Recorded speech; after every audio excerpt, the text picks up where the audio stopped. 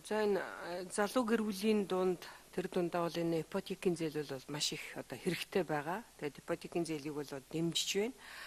Гэхдээ одоо сая сайд бас хэлж байна л да, энэ цемент болон барилгын материалуудын үнэн дээр бас зохицуулт хийхгүй бол хавраас эхлээд бас одоо шинээр баригдаж байгаа орон сууцнуудын чинь бас баг квадратаар орон сууцнууд чинь үнээс өсөд эхлэх вэ.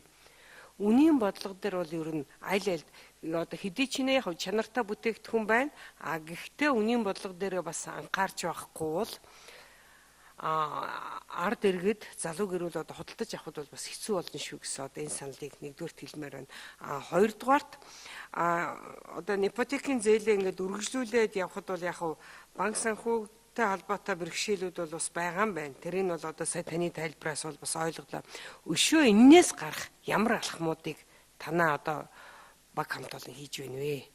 Ямар гэрээ хилцэл, ямар шин одоо дэвшилттэй зүйлүүдийг санаачилж байна вэ? За, 2 номер микрофоныг өгье.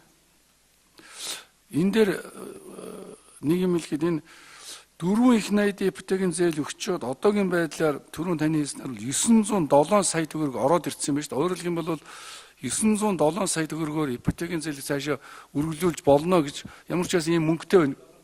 907 тэрбум. Тэгэхээр чин ямар ч бас нэг их найд орчим төгрөгийн юм үргэлжлүүлэх боломж байна гэхээр ямар ч ипотекийн зээл бол үргэлжилнэ гэж ингэж ойлгохоор л үг хэллээ л дээ. 2 номер микрофоныг.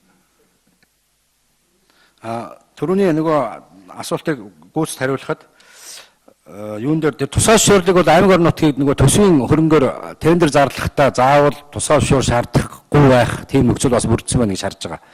Ялангуяа тогшилтын ажлууд дээр бол заавал тусгай зөвшөөрөл бүрдүүлээд нэг талаас энэ. Хоёр талаас тэр барилгын компаниудыг аттестачлах яг жинхэнэ утгаар нь хэрэгжүүлэх тал дээр бол ажлын хэсэг гарч агаад ажиллаж байна. Судалгаа хийж байна. Төрийн бас байгууллага орж байгаа, барилгын компаниуд өөрөө орж байгаа. Тусгай зөвшөөрлийг цэгцлэх, журамлах, аттестачлах ажил бол энэ онд багтаж явагдана.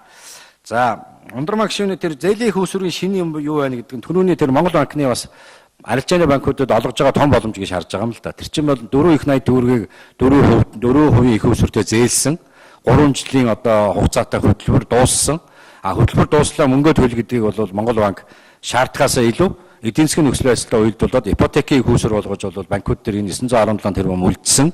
Дээр нь нөгөө зээл авсан иргэдийн сард 35 тэрбум төгрөгийн иргэн төлөлт байгаа. Ийм их үүсвэрүүдээр бол нэг хэсэгтээ бид нэр ипотек явуулж байна гэсэн ийм дүр зургаар л одоо харагдаж байгаа. За, тэр их сайн гişүү асуулт асууя.